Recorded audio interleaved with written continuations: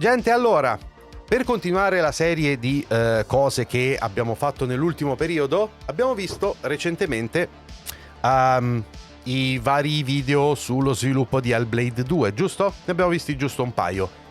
Che io sappia ne hanno pubblicati 3 finora, e manca il terzo, giustamente, no? E quindi è il momento di vedere anche questo. Quindi, direi, passiamo alla musica.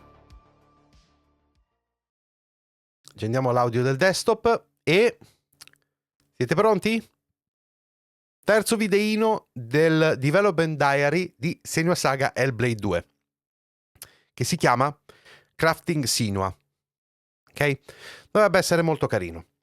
Vediamo un po'.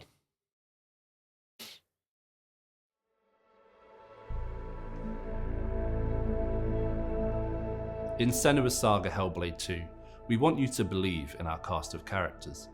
By capturing the likeness of real actors and handcrafting costumes using traditional techniques, we'll achieve a level of realism that will further immerse you in our story.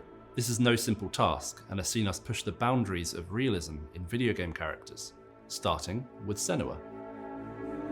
Quantum Break non l'ho provato. Per Camper 25, grazie mille del follow. No, io i preassemblati no. Assemblati da negozio sì, preassemblati no. A character like Senua is comprised of many components, such as anatomy scans, facial scans and rigs, physical costume creation. Con qualche rara eccezione i preassemblati, ma grosso modo evitare. So that it gives us a good blueprint and ground truth model that we can digitize later. Much like film and TV, we're now creating real-life costumes that are scanned into the game. These are crafted with expert costume designers, using traditional materials and techniques accurate to the time period, to achieve a level of realism and detail that simply wouldn't be possible using purely digital techniques. Piace anche a me il personaggio di Senua, un casino. E anche lei, l'attrice, e la storia che c'è dietro è fantastica. First game, I didn't really feel like I recognized myself that much because I'm wearing all this face paint and dreadlocks and costume, and that's not how I walk around in real life. And also because the costume was modeled, it wasn't physically made, so I never actually got to wear it. Whereas this time around for Saga, we're actually physically making the costume, doing the hair, doing the makeup, so I'm getting way more attached to the character and I can walk around in the costume, and like it's really, really cool. The main reason to create a costume physically is so that we can scan the actor playing the character within the costume. Sì, assolutamente spero la data d'uscita ai TGA. Weighting and compression in the right places, and we want to feel the density of those fabrics and how they fold and interact when in movement. We wanted the clothing for Senua to be functional and support her journey. As a player, you want to get behind her trials and key moments to believe in her struggle.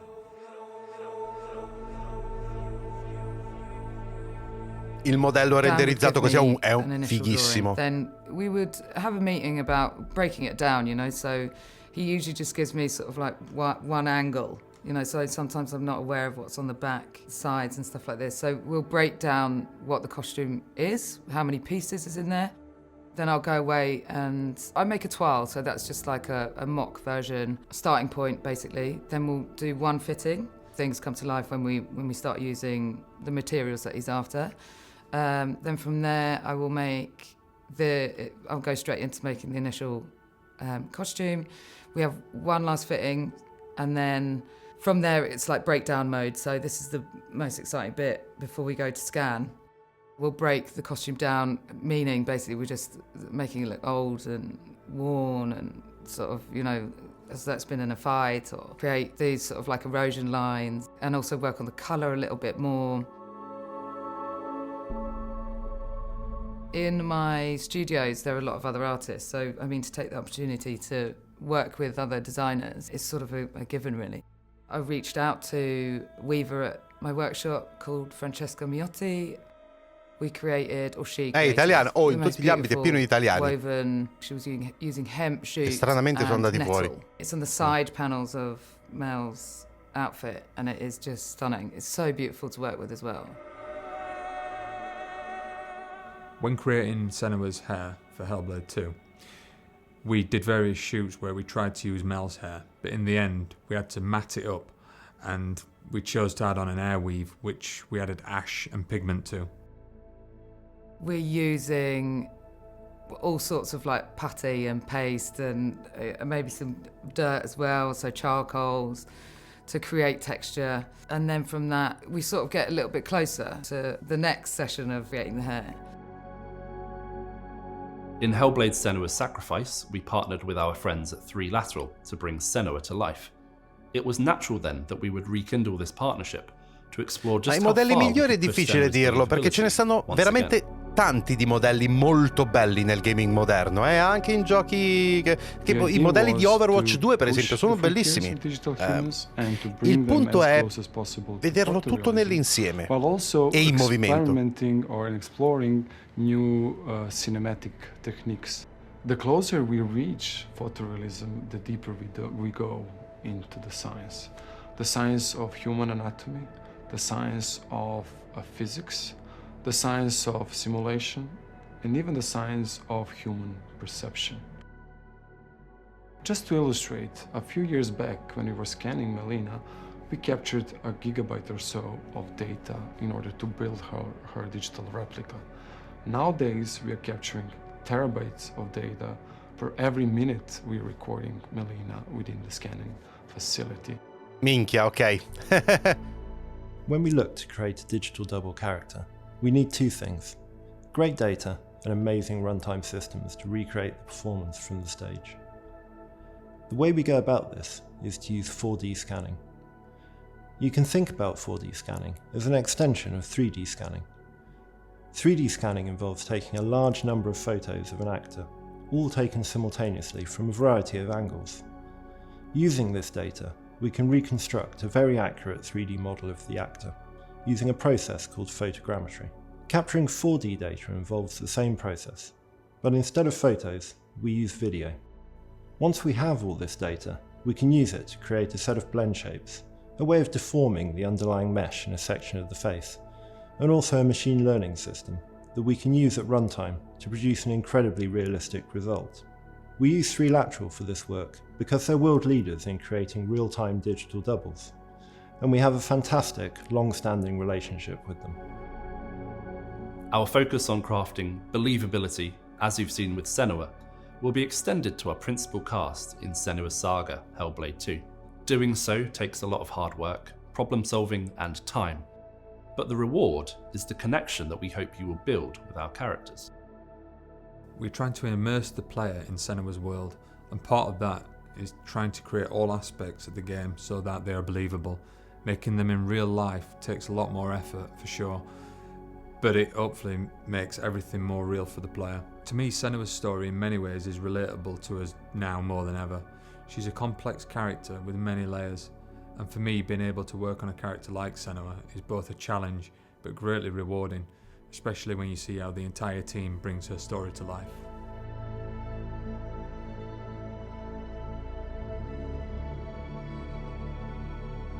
È veramente figo il modello, non c'è che dire. Ok,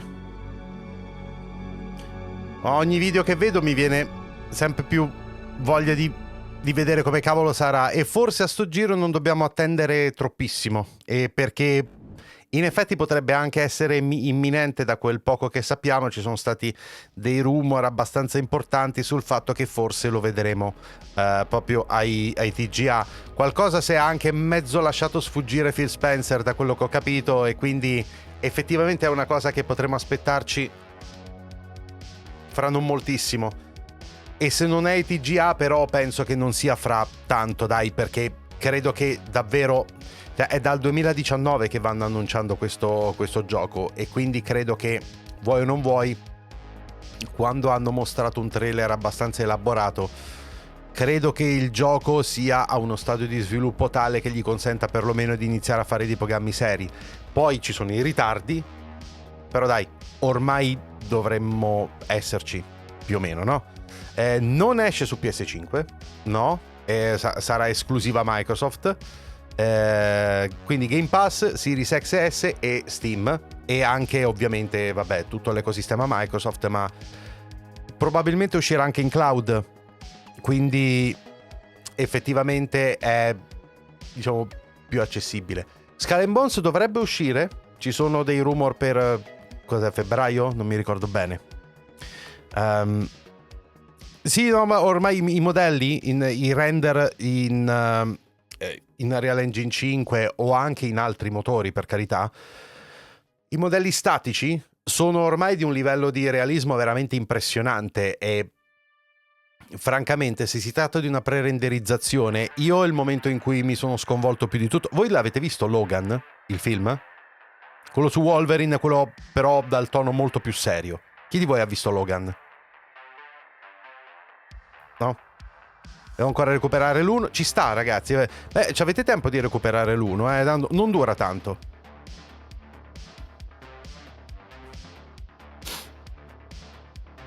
Visto Logan? Ok. Chi di voi si ricorda la scena in cui c'è Logan e dalle scale scende il suo sosia? No? Quella non è una scena fatta in motion control, che sono i due attori che praticamente fanno questo gioco che montano le scene una sull'altra e sono i due attori che si guardano. Quel secondo Logan è completamente finto. È completamente creato al computer. Ok? Vi faccio un altro esempio. Avengers Endgame. Sapete il momento in cui quando vanno indietro nel tempo, c'è il momento che hanno tutte le tute bianche e rosse addosso, no? E c'è un momento in cui c'è la telecamera che si avvicina tantissimo a Occhio di Falco, che c'ha questa tuta, e la tuta si vede che è perfetta, cioè è tutta finta, no? E Endgame si tratta di... è realizzato comunque qualche annetto fa, di realizzazione. Sì, no, la CGI pura nel cinema, per esempio, è arrivata a dei livelli che proprio... Quindi quella pre-renderizzata. Il problema è nei videogiochi, che effettivamente deve essere renderizzata in tempo reale, ok? Dico, una spesa dietro che ciao, per quel film, in quel momento. Adesso, invece, sono passati un po' di anni, costerà comunque tanto, ma secondo me di meno. Tra 5 anni costerà ancora di meno e ci saranno delle tecnologie ancora migliori. Giba-san, grazie mille della sub. Grazie. Per 2 mesi. Lindo Game, ciao, grazie mille del follow, benvenuto.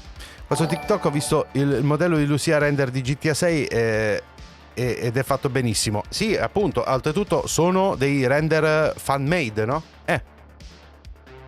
Esatto. Ancora mi sconvolgo quando vedo la pelle di Kratos in Ragnarok fuori dalle cutscene ed è pure cross-gen. Sì, ci sono queste cose. C'è il problema del... Nei videogiochi c'è il problema delle cose in movimento.